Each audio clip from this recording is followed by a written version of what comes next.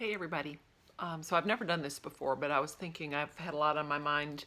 Um, always, I'm always a thinker, but this week after the passing of John McCain, I just thought that instead of always doing just memes and thoughts, deep thoughts, and that kind of thing, and always trying to put a little bit of humor into it, I thought maybe it would just make more people understand, at least from the point of view of 100% deplorable, as we're called, about why we feel the way we do about things in our country today. So anyway, I'm going to try to keep it short. But this is, I'm going to try to do it kind of more regularly because I think that pundits on TV and people who don't live as a deplorable understand why we are the way we are. So this is just, I'm going to try to keep this short and just strictly on the topic of John McCain. First of all, just a little bit about me for those who don't know me. I'm in my early 50s. I'm 52. I've lived in America my whole life. I've been a patriot always. I've always, respected, admired, supported our country. I have two daughters that are 26, two twins, beautiful girls. I'm very proud of them. And I must admit that for most of their lives, they were born in 1992, I was busy. My first primary role was being a mom. So I really didn't get too involved in politics until they were more on their own, more independent in high school. So probably towards the latter part of the Obama years.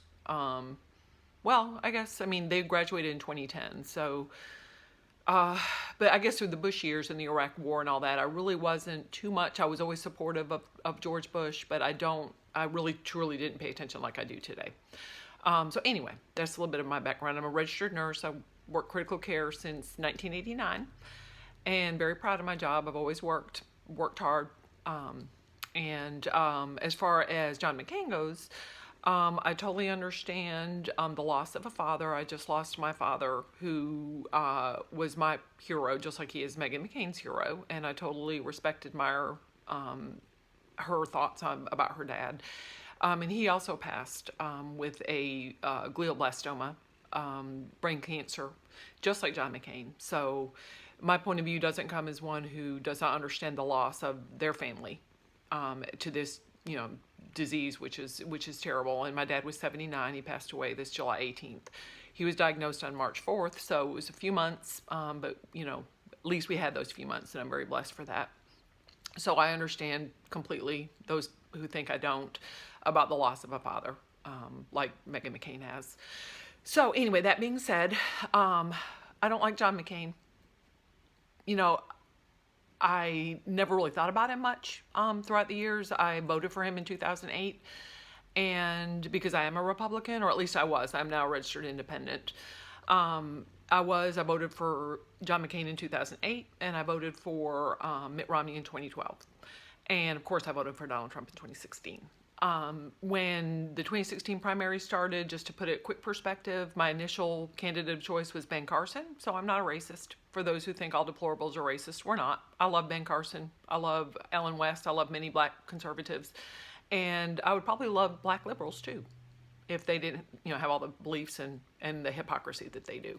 So it is nothing about race. And when he actually backed Donald Trump and endorsed Donald Trump after he dropped out of his campaign, Ben Carson, that is when I became a 100% deplorable.